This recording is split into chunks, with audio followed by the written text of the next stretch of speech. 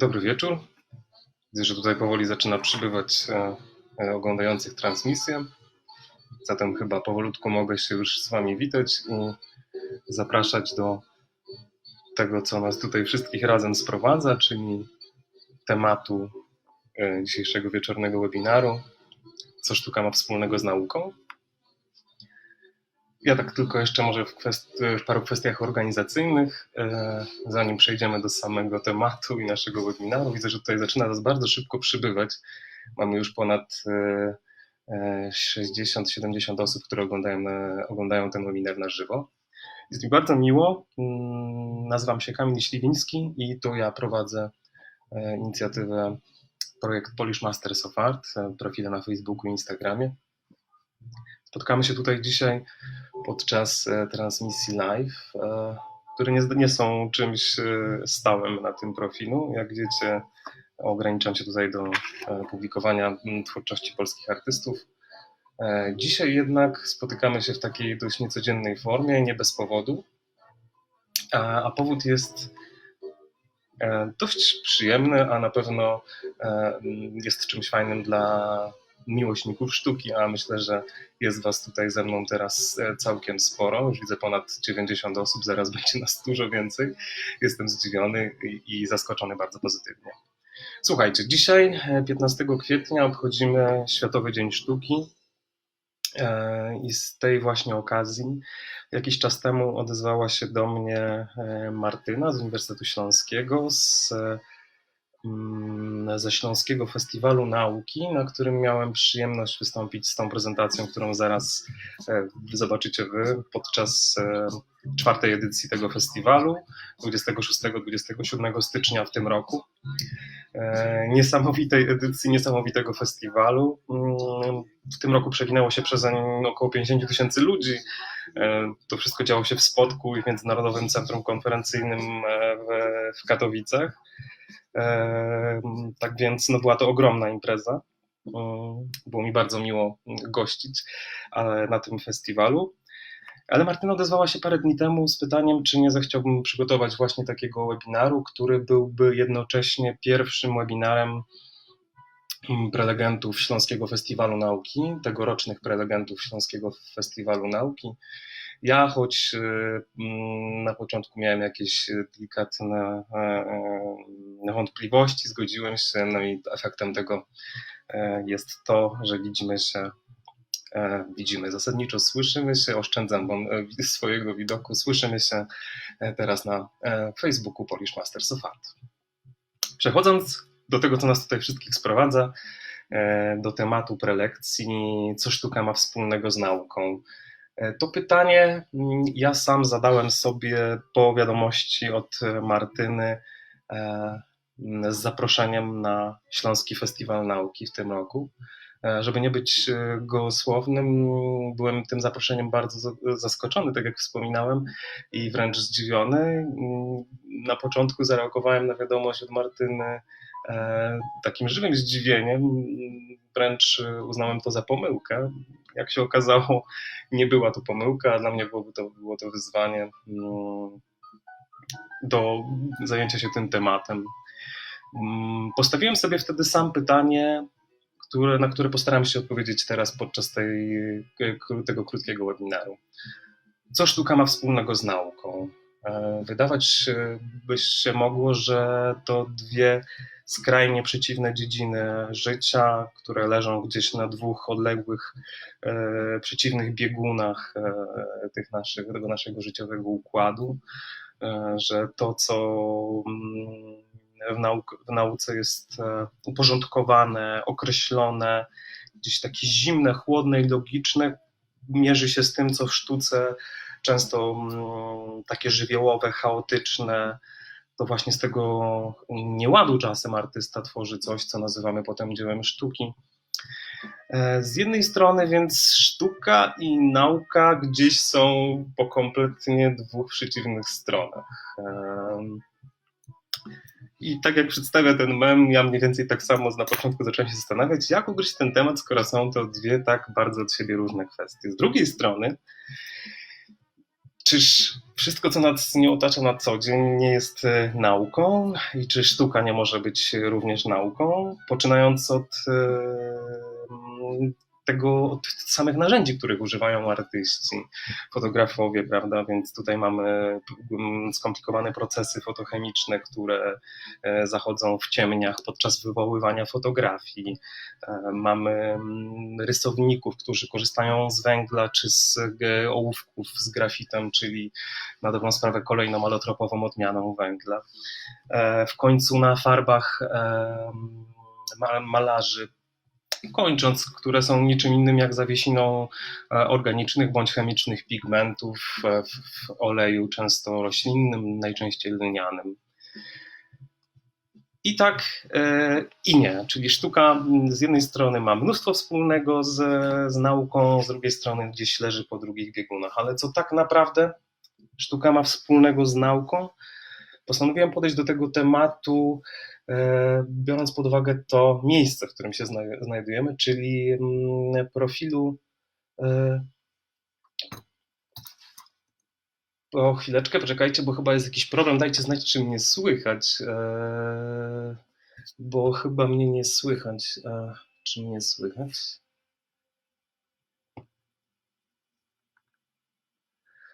Dajcie mi chwilkę, bo tu chyba mamy jakiś problem, a ja nie chciałbym, żeby to był coś dominującego nam tutaj.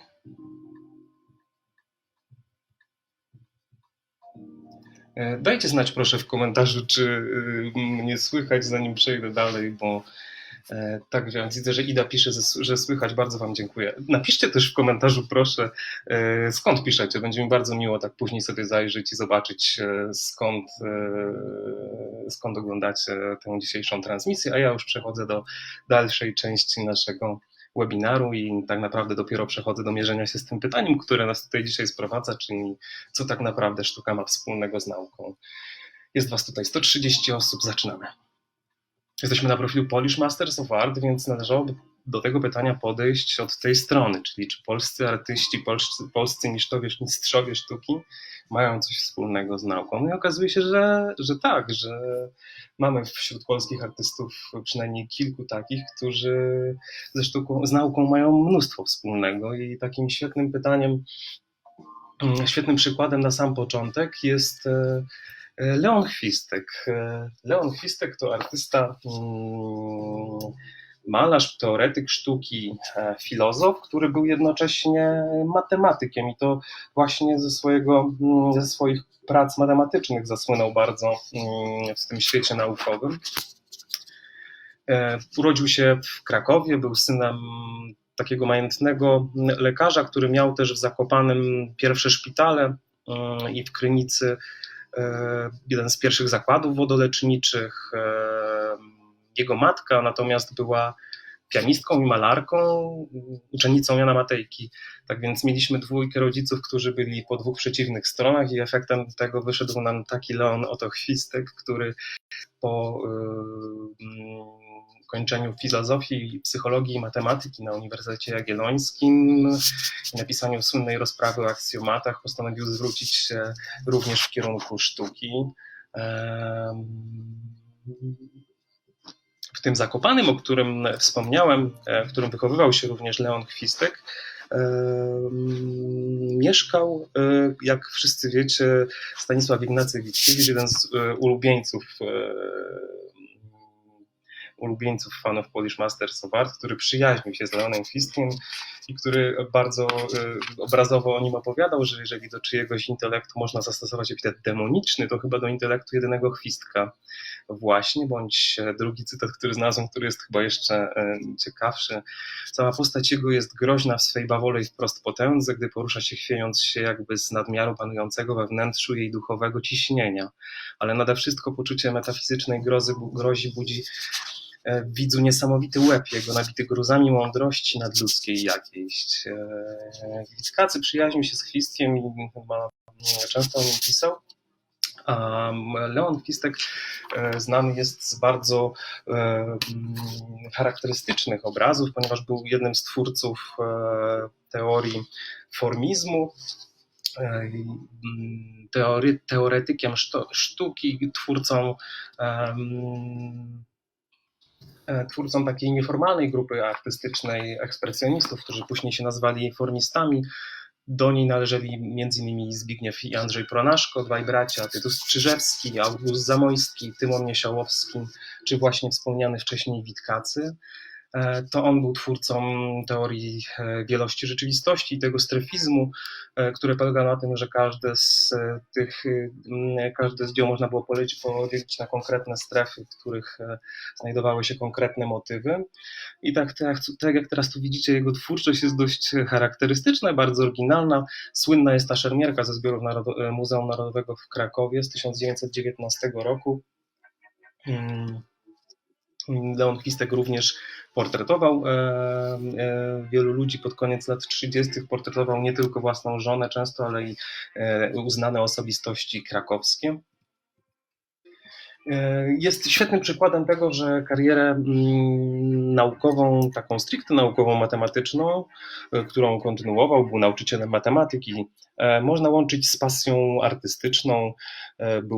Leon Chwistek był wolnym słuchaczem na krakowskiej ASP u Józefa Mechofera, miał roczną przygodę z rysunkiem w jednej z paryskich uczelni artystycznych, a mimo to cały czas nie przerwał swojej pasji związanej z nauką ścisłą, a nie artystyczną, czyli matematyką, której poświęcił połowę życia.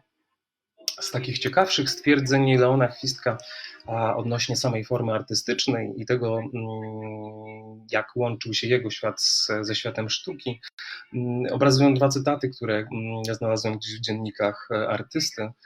Podczas gdy logik zamienia formę, żeby dotrzeć do niezmiennej treści, poeta zamienia treść, żeby uzyskać doskonałą, a więc niedopuszczającą żadnej zmiany formę.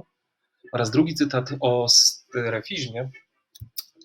Metoda strefizmu jest próbą powrócenia do artystycznej równowagi pomiędzy elementem magicznym i estetycznym przez odwołanie się do pewnych bardzo prostych zasad kompozycji. Idzie o podział obrazu na strefy kształtów pokrewnych i strefy barw zasadniczych. I odnosząc ten drugi cytat do twórczości samej Leona Chwistka, to chyba widać w tych niezwykłych obrazach. Leon Chwistek jest nazywany też malarzem chwili, ponieważ wyznawał tą teorię, że powinno się malować dokładnie to, co widzimy w danym momencie. Jego obrazy często są zatytułowane po prostu miasto, Łódź, Warszawa, Kraków, te miejsca, w których przebywał.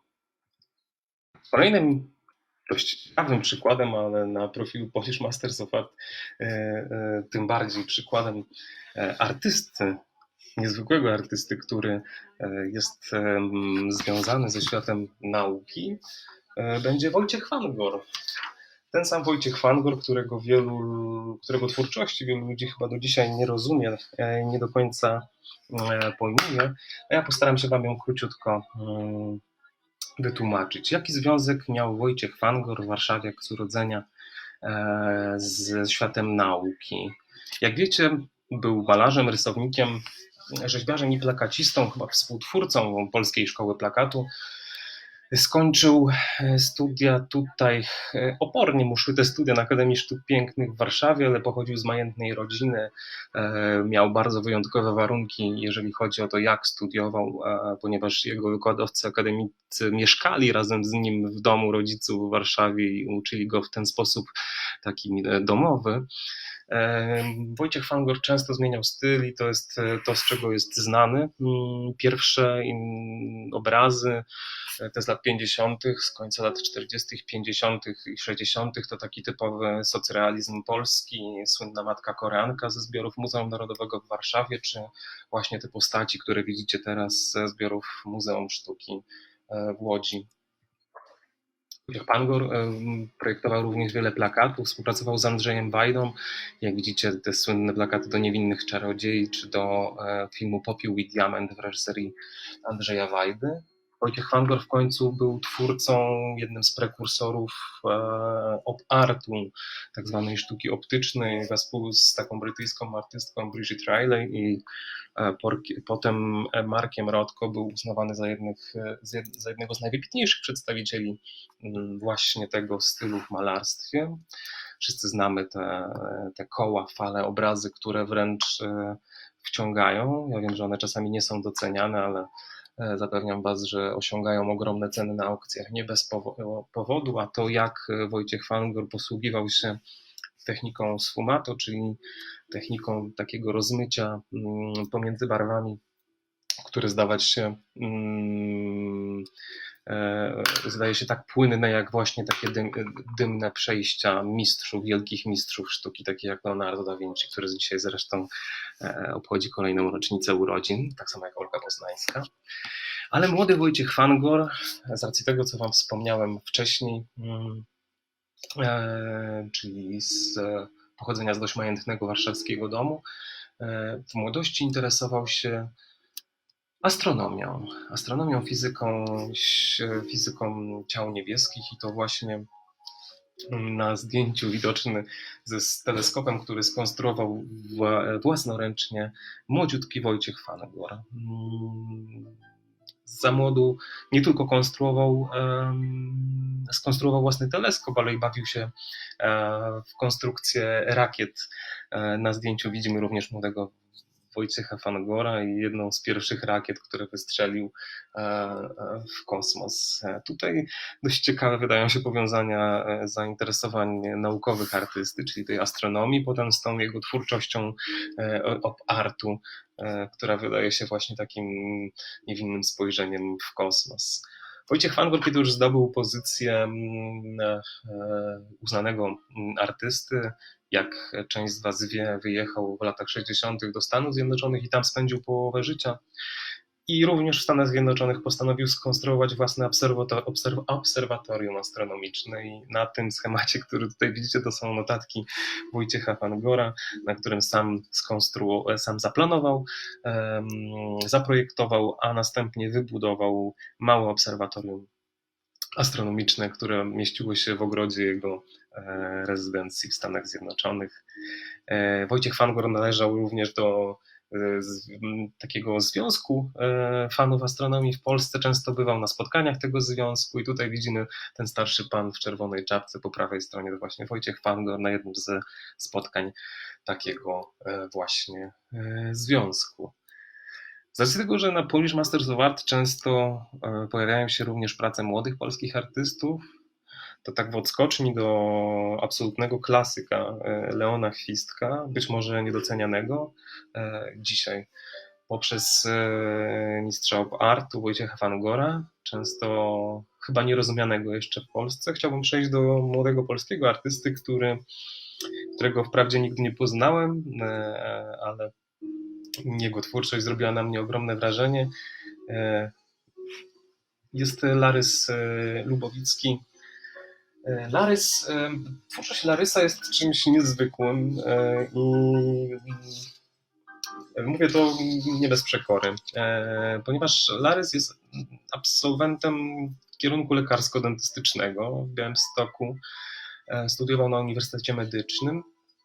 Z zawodu jest lekarzem stomatologiem, który praktykuje, a z zamiłowania artystą fotografikiem i to właśnie ta jego pasja do fotografii sprawiła, że ja trafiłem na jego pracę za sprawą jednego z moich serdecznych znajomych, Karola. Karolu, pozdrawiam Cię, jeżeli oglądasz, a jeżeli nie, to też Cię pozdrawiam. Larys był laureatem stypendium artystycznego prezydenta Białegostoku za niezwykły projekt fotografii Corpus Hominis, czyli ciało człowieka. To fotografie, które łączą naukę ze sztuką stricte. Bo też spójrzcie na to, co jest widoczne teraz na tym zdjęciu.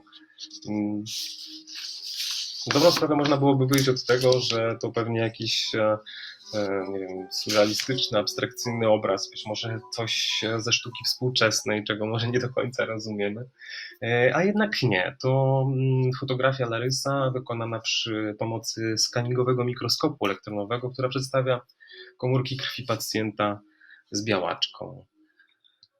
I znowuż mamy fotografię, która znowu wydaje się jakimś kosmicznym zbliżeniem, jakąś abstrakcją, a to nic innego jak komórki nabłonka z hodowli płuc, sfotografowane przy pomocy mikroskopu konfokalnego. I dalej.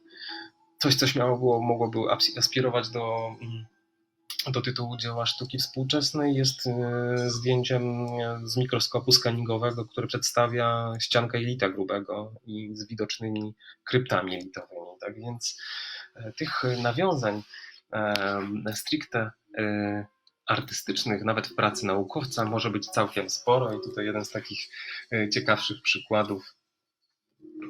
Zdjęcie, które wygląda jak naprawdę jakieś abstrakcyjne dzieło, a jest niczym innym jak wycinkiem tkanki nerki. I to jeszcze sfotografowanym przy pomocy mikroskopu optycznego w negatywie dla podkreślenia walorów artystycznych.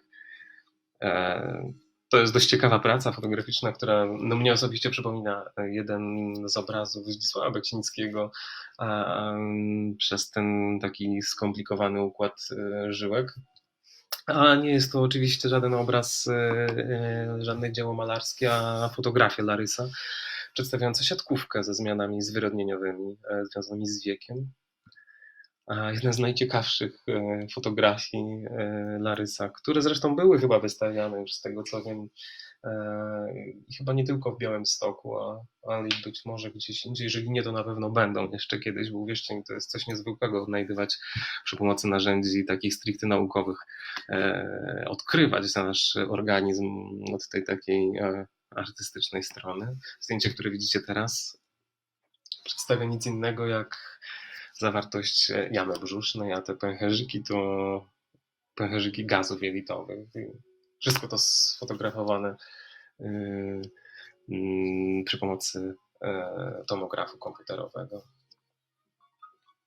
Tak więc takich bezpośrednich nawiązań polskich artystów, naukowców do sztuki chciałem, żebyście zapamiętali te 3 nazwiska, żeby to był właśnie Leon Chwistek, właśnie Wojciech Fangol i Larys Lubowicki. Każdy z tych artystów, których dzielą dziesiątki lat, style i praktycznie wszystko, jest idealnym przykładem na to, że umysł ścisły, tak jak w przypadku Leona Chwistka, nie musi iść, nie musi być przeszkodą dla rozwijania pasji artystycznych.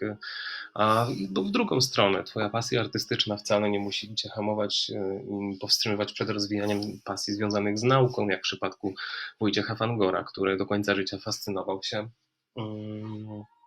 fascynował się kosmosem.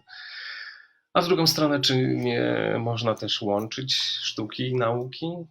Znakomitym przykładem na to są fotografie Larysa Lubowickiego. Tak więc zapamiętajcie te 3 nazwiska, bo z polskich artystów to bardzo fajny przykład na to, że można.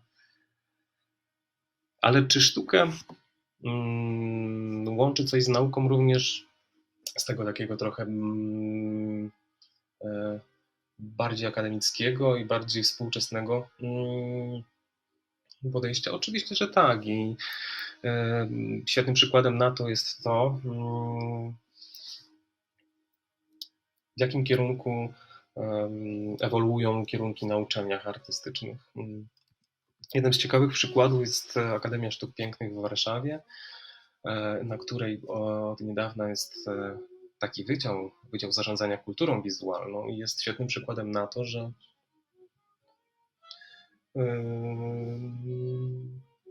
zmienia się podejście do sztuki, nie jest ona już tylko i wyłącznie zarezerwowana dla salonów, dla jakichś wyższych elit. Sztuka stanowi część przestrzeni publicznej.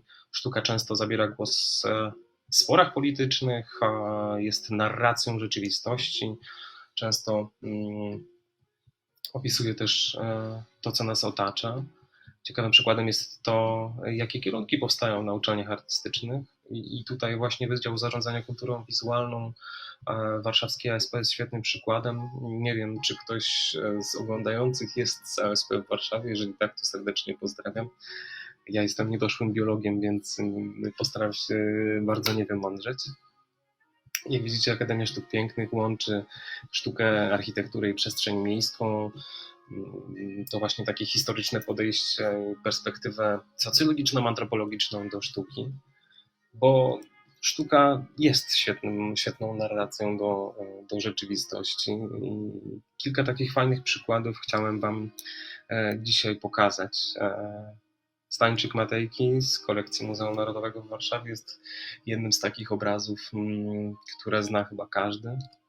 Jest też on świetnym komentarzem do sytuacji często politycznych, bądź związanych właśnie z tym, co dzieje się w naszym kraju. I ja to również obserwuję, publikując takie właśnie dzieła na profilu Polish Masters of Art. I tutaj wystarczy spojrzeć. Stańczyk opublikowany 13 października 2019 roku, czyli w dniu wyborów, zbudził bardzo różne reakcje, ale i pokazał to, że często właśnie sztuką staramy się my wyrażać to, co sądzimy o tym, co nas otacza. Często komentujemy właśnie procesy polityczne.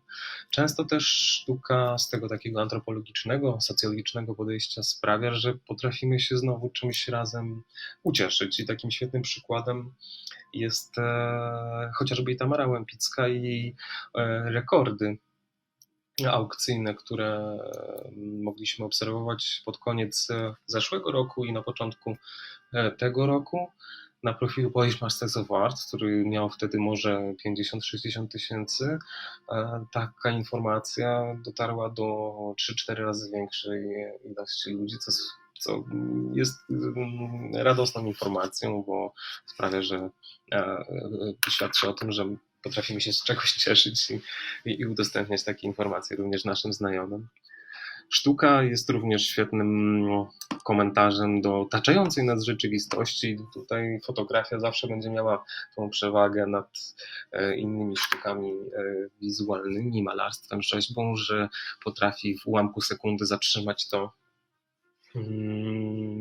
jaki nastrój panuje z takiego socjologicznego czy antropologicznego podejścia, z takiej antropologicznej czy socjologicznej strony w narodzie. I świetnym przykładem jest fotografia Kirsa Nidenthala, słynna fotografia Czas Apokalipsy z grudnia 1981 roku, z pierwszego dnia po wprowadzeniu stanu wojennego w Polsce.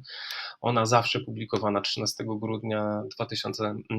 grudnia na profilu Polish Masters of Art jest udostępniana przez masę ludzi, ponieważ sztuka budzi chyba sentyment do czasów faktycznie słusznie minionych, ale które odbiły się na naszym społeczeństwie bardzo znacząco. Sztuka w końcu komentuje również takie bieżące procesy, które zachodzą gdzieś w naszym społeczeństwie i tutaj jeden z takich przykładów również z profilu Polish Masters of Art to taka grafika, ilustracja Krzysztofa Grządziela, która została opublikowana 14 stycznia zeszłego roku, czyli w dniu, w którym odbywała się zbiórka Wielkiej Orkiestry Świątecznej Pomocy, ale w dniu, w którym został zamordowany prezydent Gdańska Paweł Adamowicz. No i spójrzcie na to. Wymowna grafika. Czasami mam wrażenie, że równie dobrze można byłoby ją opublikować dzisiaj i miałaby podobny wyraz.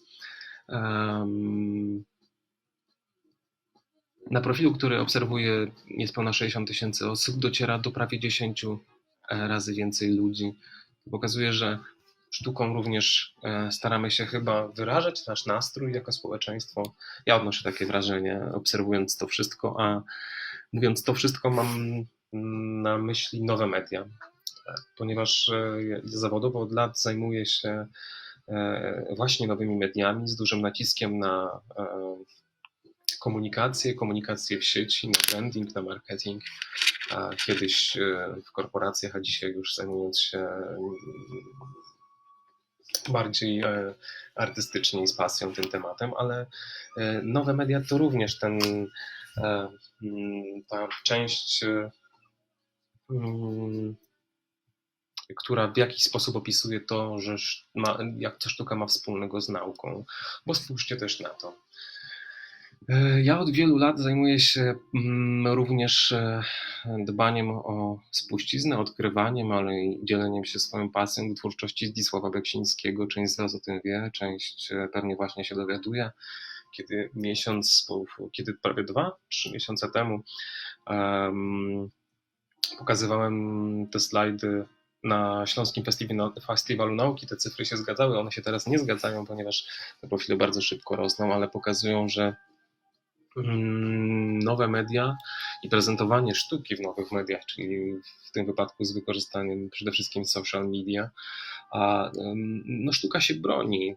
Spójrzcie na profile Zdzisława Beksińskiego, który obserwuje na samym Facebooku grubo ponad 600 tysięcy ludzi. Na Instagramie jest to bodaj największe konto polskiego jeszcze nieżyjącego artysty w Polsce. Podobne sytuacje od jakiegoś czasu również obserwuję na profilach poświęconych twórczości Stanisława Szukalskiego, czy właśnie na profilach Polish Masters of Art. Nowe media jako dziedzina nauki i odpowiednie podejście do sztuki broni się. Broni się i to, że wy oglądacie tę transmisję dzisiaj, to, że profile Polish Masters of Art bez absolutnie żadnej reklamy, bez wsparcia rosną jak na drożdżach, pokazują, że sztuka wsparta przez takie chyba lekko naukowe, analityczne podejście obroni się, nie tyle obroni się sama, co będzie się bronić jeszcze lepiej, a dzielenie się pasją jest chyba jedną z najlepszych rzeczy, jakie można byłoby w tym wypadku robić, wykorzystując tę wiedzę. Moi drodzy, podsumowując krótko, ponieważ ten dzisiejszy webinar nie będzie trwał długo, co sztuka ma wspólnego z nauką? Rozmawialiśmy tak na samym początku, że z jednej strony są to bardzo przeciwne pojęcia, dziedziny życia, z drugiej strony wszystko, co nas otacza, jest nauką i sztuka również, i nie tylko narzędzia, których używają artyści, ale i sam artysta, jako zbudowany z miliardów komórek, jest pięknym przykładem takiej biologicznej maszyny doskonałej i doskonale naukowo skonstruowanej. Czy zatem można jakoś, analizując to podejście, odpowiedzieć na pytanie, co sztuka ma wspólnego z nauką? Poprzez pryzmat artystów, o których wam wspomniałem, czyli Leona Chwistka, Wojciecha Fangora, Larysa Lubowickiego, poprzez pryzmat różnych procesów socjologicznych, antropologicznych, czy wręcz psychologicznych, które sztuką czasami opisujemy, wyrażamy, czy w końcu korzystając z nowych mediów? Wydaje mi się, że tak, i to, co staram się robić od jakiegoś czasu, a na profilach Polish Masters of Art od ponad 3 lat, wydaje mi się, że tak, sztuka ma mnóstwo wspólnego z nauką, wręcz, że sztuka to również nauka, nauka to bez dwóch zdań sztuka. To może takie nieco górnolotne określenie kończyło moją prezentację na Śląskim Festiwalu Nauki pod koniec stycznia tego roku i tym również stwierdzeniem chyba chciałbym zakończyć tę krótką prelekcję, na którą zaprosiliśmy was wspólnie z Śląskim Uniwersytetem Śląskim i Śląskim Festiwalem Nauki. A wtedy miałem się zmieścić w 25 minut i udało się. Teraz z tego, co widzę, delikatnie przekroczyłem ten czas, ale chyba się udało. Mam nadzieję, że zapamiętacie kilka ciekawych faktów z tej krótkiej prelekcji, a ja być może zmotywuję się, by robić więcej tego typu rzeczy w przyszłości. Jednocześnie chciałem skorzystać z tej okazji i przypomnieć wam, że profil Polish Masters of Art znajdziecie na Facebooku, na Instagramie. Możecie się śmiało ze mną skontaktować, pisząc na skrzynkę mailową kontakt@polishmastersofart.pl. Znajdziecie mój profil również na Patronite, gdzie możecie wspierać. A ja pozwolicie, że na sam koniec rzucę sobie jeszcze okiem na wasze komentarze i może kilka ciekawszych postaram się wyłapać. Już widzę, że Michał napisał, że naukowiec to artysta pracujący z twardymi danymi. I trudno się nie zgodzić z tym stwierdzeniem i chyba jedną z pierwszych osób, które by się podpisały pod tym stwierdzeniem Michała, był Albert Einstein, który mówił, że że każdy naukowiec to artysta, który sam oprócz tego, że był wybitnym fizykiem, był również pasjonatem instrumentów muzycznych, na których grał. Jacek pisze, że chętnie posłuchałby webinaru na temat Matejki Wyczółkowskiego. Nie wiem, czy będę się czuł na siłach, żeby kontynuować tę formę. Na razie są to eksperymenty, do których w tym wypadku zmotywowała mnie Martyna ze Śląskiego Festiwalu Nauki, za którą motywację serdecznie dziękuję. No ale zobaczymy, w przyszłości może coś z tego wyjdzie. Widzę, że oglądał Filip z Łodzi.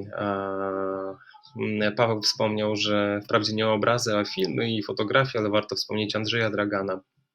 Bardzo się cieszę, że również tu w komentarzach wskazujecie artystów, na których warto zwrócić uwagę. Widzę Kasię z Krakowa, którą serdecznie pozdrawiam. Małgosię z Białegostoku, która nie znała Larysa, ale wydaje mi się, że po tej dzisiejszej transmisji już zapozna się z transmisją.